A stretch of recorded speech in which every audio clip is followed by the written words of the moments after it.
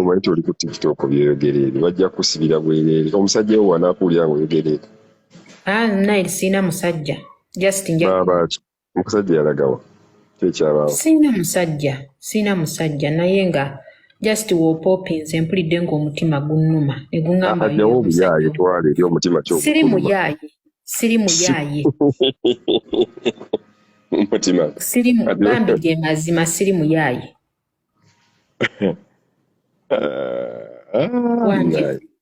ndekanze ekisajja kyattu ndeka munnange mbadde mpulira nkwegombye Katongole tweyagale tunyumyeko ebirala lwaki bye tubivaako lwaki onteeka mu koona nedda mukwano naye era mbadde nino kyogerako manyifu abakazi tubeera wano ne tubeegomba kati we tukyogera nti ate munnange tweyisizza bubi omutima gwe gututuma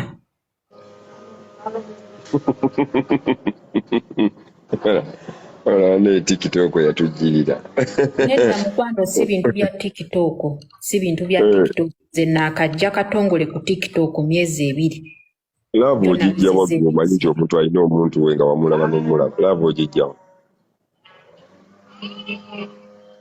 kale okiŋŋambye nti olina omukazi naye ali eri Uganda Katongole ali Uganda lwoliwo ssaawa zino ndi eno Saudi naye osobola okunyambako n'ompa ku visa n'enzija ekiba kisoboka zompita embassy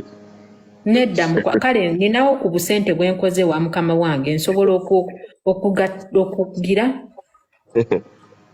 wangi sebo munaye bambi ndeka saagala kulimu nze siri visa ya siri embassy ya Amerika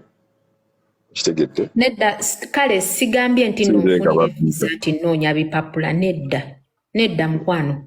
kale like nkwagala mpulira mutima gwange gukwagadde like kale nze nsobola okukwata obwo busente bwe nkozeewo